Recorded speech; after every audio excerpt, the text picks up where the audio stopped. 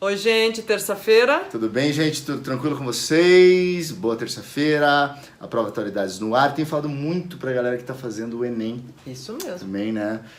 Pra quem não sabe, a prova tem um super curso, no qual eu e a Cleusa participamos, que é a prova do Enem. Então, se você não vai fazer Enem, não é o seu caso, você indica pra alguém. Se é o seu caso, gruda lá, que o curso tá bem bacana, professores de alto gabarito. E claro, a prova Atualidades aqui serve muito, eu tô falando, recomendando sempre que se assista os programas aqui, porque a gente tá falando de repertório e de atualidades, né? Isso. E o Enem tem uma prova que usa muito disso, né? Fora os concursos públicos que também exploram esse cenário, seja internacional, seja nacional, mas sempre como repertório, né, gente? Não como pegadinha, né? Tipo, você viu isso, né? Você tá sempre sabendo como reflexão. disso. Sempre como reflexão, beleza? É isso que a gente faz hoje, por quê?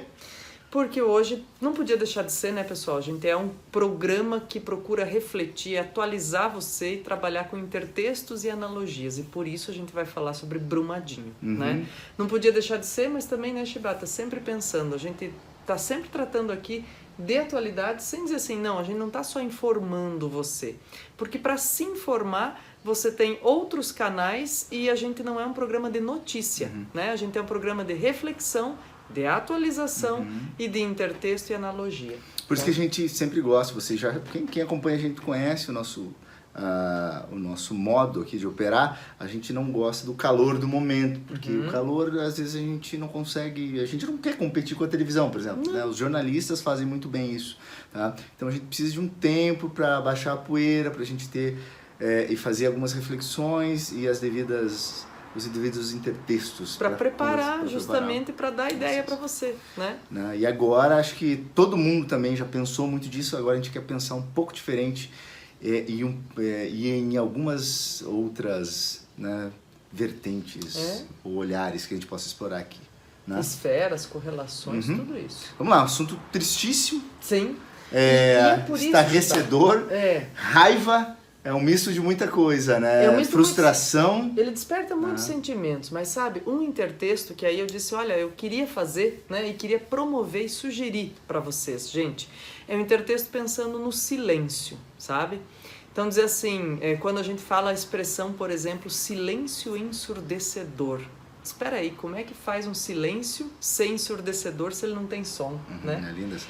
E essa expressão, esse sentido figurado muito evidente, gente, do silêncio que ensurdece, eu queria fazer uma analogia pensando nos motivos pelos quais a gente, como ser humano, faz silêncio, né? Então a gente faz silêncio na tristeza, no luto, na surpresa, na alegria, porque às vezes a gente fica sem palavras para conseguir externar aquilo que sente, quando está muito feliz também. E a gente faz silêncio por causas nobres. E eu dizia para o Shibata, eu disse, olha, eu acho que uma relação muito bacana da gente pensar é que esse silêncio do luto pós-tragédia de Brumadinho é um silêncio reflexivo, necessário e triste, pesado de tristeza. Agora, ao mesmo tempo que nós temos isso, nós temos lá em Cremona, na Itália, um silêncio de semanas, de praticamente 2 meses, né, Shibata, para que a gente consiga eternizar a gravação de todas as notas possíveis com os instrumentos, os violinos principalmente Stradivarius. Né? Famosos porque eles têm um tratamento químico diferente na madeira, que permite que eles tenham, ou que eles apresentem um som muito ímpar, gente, e uma afinação muito ímpar também. E aí se diz, bom, peraí, em que ponto a gente pode chegar? É que a manifestação, gente, do barulho ou do silêncio tem muito a ver com os sentimentos, ou com aquilo que a gente pode guardar como memória de aprendizado do momento, ou aquilo que a gente pode esquecer, pode deixar para outra vez. Então, por isso, né, não é falar de uma notícia de quem está lá, de quem sumiu, de quem foi encontrado, mas é falar assim, né, Shibata, do sentimento que desperta nessa construção, nessa consternação, o silêncio. Dizer, olha, que no mesmo mês, gente, 2 partes do mundo, pelo menos, estão fazendo silêncio por motivos diferentes, né? Brumadinho pela tragédia, Cremona pela eloquência dos violinos. Quando a Cleusa estava me explicando, conversando comigo sobre esse assunto, falando do silêncio, eu falei, tá, mas eu não entendi como é que você vai colocar esses dois fatos, tal. E aí ela me explicou, como explicou para vocês agora, e essa é uma ideia muito importante que vocês entendam, né? Como a gente pode ser criativo na abordagem do assunto, principalmente para as redações. Né? Claro que a gente está falando aqui do motivo, né, estarrecedor para o Brasil, mas aprendam isso, né? Com uma abordagem inédita não posso dizer, mas assim, singular, diferente, que desperta o interesse do leitor, vai ser importante para o seu discurso, para o seu texto, para a sua redação, enfim. Né? E eu achei muito legal, muito bonita essa entrada que a Cleusa conseguiu para o silêncio. Então, né, eu sei que você está fazendo uma prova que está lá, mas a criatividade a gente não pode deixar de ousar no olhar. E ter certeza que você vai conseguir fazer um bom texto sobre isso. Né? Às vezes a gente consegue fazer o feijão com arroz, mas quando você tem uma entrada mais inusitada, pode ter certeza que quem está com o giro da redação vai ficar surpreso. Vai ficar surpreso e falar, opa, tem alguma coisa diferente aqui das outras. Né? Todo mundo fazendo feijão com arroz, falando da mesma coisa. Tá? Então, por isso, esse trabalho que a gente faz aqui não é somente trazendo as ideias e os intertextos, mas também mostrando como a gente tem que prestar atenção nas coisas pequenas e tal, e às vezes a gente pode ligar um violino, o silêncio, né, que uma cidade faz pelo Stradivarius, com essa tragédia, né, que a gente viu em Brumadinho. Bom, que mais? Bonito e triste, né? Bonito e triste, né? Mas uma linha de raciocínio que eu acho que é bacana a gente entender como fazer mesmo para diversos outros temas, né, Chico?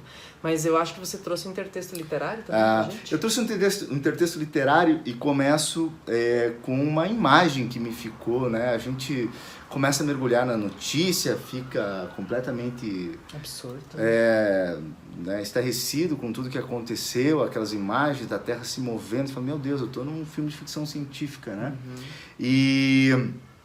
Mas a imagem, ela é muito simples quando a gente pensa nisso tudo, porque a gente usa muito eufemismo, a gente usa os dejetos, os rejeitos, né? É lixo. No final das contas. É lixo. É o que não se aproveita, aquilo que se tira, tal. É o lixo que a gente não sabe o que fazer. E aí a gente tem que ir atrás, né, da simbologia desse lixo, porque o lixo, né, tem aquele papo que todo mundo fala, pô, mas que papo aranha, tal, vamos pensar no progresso, precisa disso, precisa. Claro. Mas em que medida a gente consegue conviver com esse lixo, né? Essa situação em Mariana nos prova que a gente ainda parece irresponsável. E aí eu, né, digo assim, nós como povo brasileiro, sim, de cobrar as responsabilidades políticas do empresário e tal, né? Então tá lá o lixo, né? Um lixo afogou aquelas pessoas. É um lixo de lama que afoga as pessoas, né? Que sim, aquele aço leva coisas boas, camas hospitalares, instrumentos hospitalares, geladeiras, a conforto, claro, tudo isso. Como é que a gente consegue, como é que a gente faz com responsabilidade para elencar e para fazer com que essas coisas coexistam, né? Ou seja, a natureza, a boa educação do lixo, né? E a segurança das pessoas que vivem. Né? Porque quem perdeu algum parente, quem viu tudo que aconteceu lá, os rios que vão ser poluídos, e Mariana muito mais, né? A gente traz um prejuízo e uma perda enorme pra gente. Porque a estimativa é que em Mariana tenha vazado 4 vezes mais rejeitos, né? Volume de rejeitos do que essa de Brumadinho. E quando a gente vê isso, né, Chibata, é muito louco, porque a gente tem uma relação com o lixo, ou uma percepção que se a gente fala lixo, o que vem à nossa cabeça? Foi pra fora da nossa casa, sumiu. É a história. A gente já falou aqui em outro programa, pessoal, no ano passado ainda, quando a gente falou de dia de sobrecarga do planeta, e a gente falava dos minérios, de outras coisas, e a gente também falou disso, né, de que não tem um jogar fora, né? O fora é sempre dentro, porque está tudo dentro do mesmo planeta. Mas é muito difícil ainda a gente conceber esse tipo de lixo. Quando vem à nossa cabeça é um lixo muito mais concreto, né? De embalagens, de outras coisas. Mas veja, esse rejeitos de minério como um lixo que está literalmente, nesse caso aí, pairando sobre as nossas cabeças, né? Porque ele tá em alguns lugares e algumas outras barragens também, em Minas ainda, ele tá acima, né, do nível de construção de casas, de rios, de outras coisas. É algo que a gente precisa começar a acoplar na nossa percepção do que é lixo. Né? Bom, pensando nessa imagem bem simples, mas que explica, né? Sem eufemismos, né? O lixo caiu sobre a cabeça das pessoas e as pessoas morreram afogadas no lixo. Né? A gente tem um outro grande livro que já pintou aqui no A Prova, bem legal, que eu gosto muito, que se chama Vozes de Chernobyl. Tá? Eu, inclusive, acho que tem uma prova literatura sobre prova isso. lendo, acho uma prova que você lendo, fez, né? Sobre esse texto. É um livro da Svetlana Alexievich, uma bielorrussa, vencedora do Prêmio Nobel de 2015, e ela vai trazer as vozes humanas, todo o período soviético, a desgraceira que teve lá, e, né, a grande tragédia que foi. E aí, né, radioativa, né? Em termos, né, gigantescos, né, para a humanidade, para a Europa toda, o medo, e principalmente para as pessoas que estavam ali. Então, a história do desastre nuclear de Chernobyl, né? É literatura, é uma mescla com jornalismo e é maravilhoso, gente. É um livro tocante. E eu lembrei desse livro justamente porque aqui também, né, o Ocidente é o quê? É lixo. É lixo, É lixo. Né? É lixo e também é um lixo que nos traz progresso. O progresso. Sim, nos que traz. Maluquice, né? Como é que a gente vai lidar? Né? Em que nível a gente vai conseguir segurança para essas questões? É por isso que quando aparece, por exemplo, lá atrás já, né, Shibata, há vários anos apareceu lá no Enem uma proposta que dizia assim, como é que a gente trabalha com meio ambiente e sustentabilidade, né? Ou preservação e sustentabilidade. É isso, não é só não cortar a árvore. Porque às vezes são imagens muito, assim, ingênuas até que aparecem na nossa cabeça quando a gente pensa num tema assim, né? Lá não é só não cortar a árvore, são outras coisas muito mais complexas, como isso, como lidar com o lixo do progresso. Legal, e são questões que a gente não vê no dia a dia, você não vê, né, o lixo de Brumadinho espalhado pelo local, mas ninguém ia imaginar isso. Eu já estive em Brumadinho e nem imaginava que tinha uma barragem daquela. Você vê?